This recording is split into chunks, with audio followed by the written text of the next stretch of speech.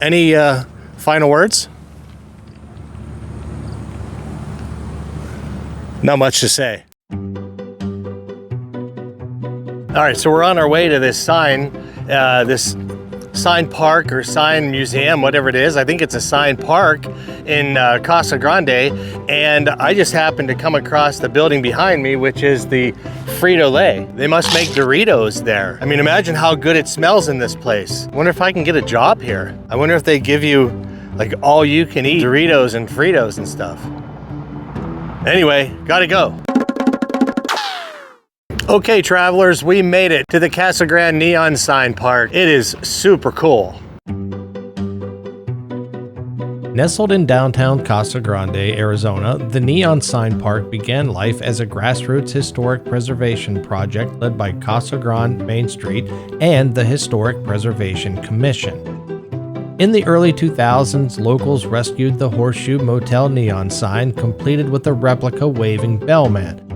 By surveying over 80 vintage signs, they identified more than 30 eligible for landmark status. With public fundraising and a dramatic community campaign, the project won second place in the American Express Partners in Preservation grant, securing a $144,000 award in 2018. Between 2016 and 2019, 14 restored neon signs, mostly from local businesses, plus a classic Dairy Queen lip sign from Holbrook, were installed on a site that once housed Casa Grande's first school. The park officially opened on April 13, 2019, bringing mid-century neon beacons back to life in historic downtown. Yeah, I don't think so. Yeah, this doesn't feel right either. This is a definitely no. Now this is so much better. I'm just kidding. I wasn't sleeping. Meet Paul the Waver. Paul the Waver is a replica of the waving bellhops commonly used by motels in the 1950s. He's a reproduction based on a mid-century photograph. He stands beside the sign for the Horseshoe Motel, which was the first sign salvaged for the park. The light behind his waving arm indicated when the motel had vacancies.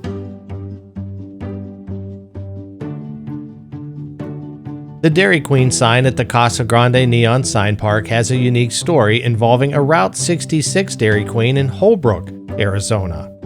When the Interstate 40 bypassed Holbrook, the Dairy Queen owner, Sandra Reyes, wanted a way to attract travelers to her business.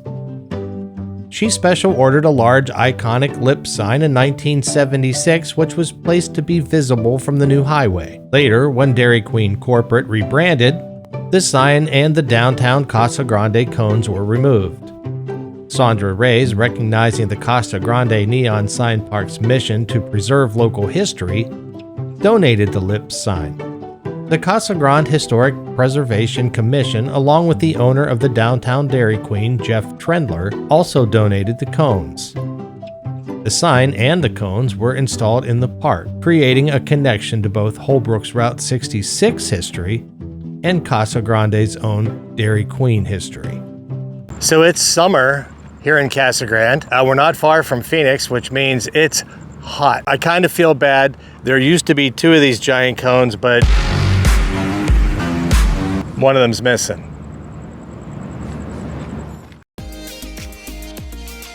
The Casa Grande Neon Sign Park features a wall adorned with vintage license plates, a key element in preserving the town's history and its connection to the historic Highway 84 corridor. These license plates, alongside other neon signs and historical markers, tell the story of Casa Grande's development and its role as a stopping point for travelers in the mid-20th century. The park itself was created to showcase these signs and their significance to the community. The Casa Grande Photoshop sign, a neon camera, was a landmark of the town's downtown area. It was originally located above the photo shop owned by Jim Gores, which opened in 1950. After Gores' death in 1990, the sign was purchased by Marvin Carlton and eventually donated to the Museum of Casa Grande. The Ralph's Cafe sign in Casa Grande was installed in 1956 to advertise a truck stop and cafe owned by Ralph Honeycutt in 1952. They were known for its fried chicken and steaks and offered 24-hour service.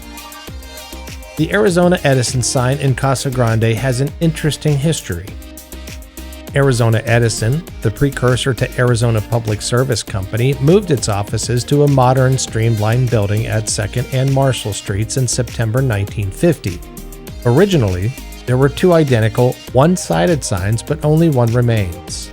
The sign features the outline of the state of Arizona, a cactus, and mountains. In 1952, the Arizona Edison signage was given to the city of Casa Grande and was pole-mounted at City Hall on Marshall Street. The city modified the sign to read Casa Grande, Arizona. The sign was eventually restored to its original design, including original neon colors, based on a detailed description in a 1952 Casa Grande Dispatch article. The restored sign is now on permanent loan from the Museum Casa Grande to the Casa Grande Neon Sign Park. Quentin Marion Coxon started his own business, Coxon's Building Materials, in 1950 and eventually bought O'Malley's Lumber Company in 1967. The original O'Malley sign was then changed to read Coxon's Building Materials. The Goddard Shoe Store was operated originally by Ray Goddard in Casa Grande from 1945 to 1950, where they specialized in Red Goose shoes. The large porcelain enamel sign was produced by the Zeiser Brothers Sign Company in St. Louis, Missouri. This neon sign park has definitely been worth it. It's really cool. It's small, but there's so much to see, and it's really fun. If you get a chance, if you're ever coming through Casa Grande, I highly recommend coming by this, especially at night. It's beautiful during the day, but it's even more beautiful at night. Anyway, it's time to say goodnight, travelers, and don't forget, get off the interstate and go enjoy small town America. All right, Paul, well, the night has come to an end. We got to get going. I really appreciate this park. It's awesome. I appreciate you. Any final words? Not much to say. All right, brother. Take care.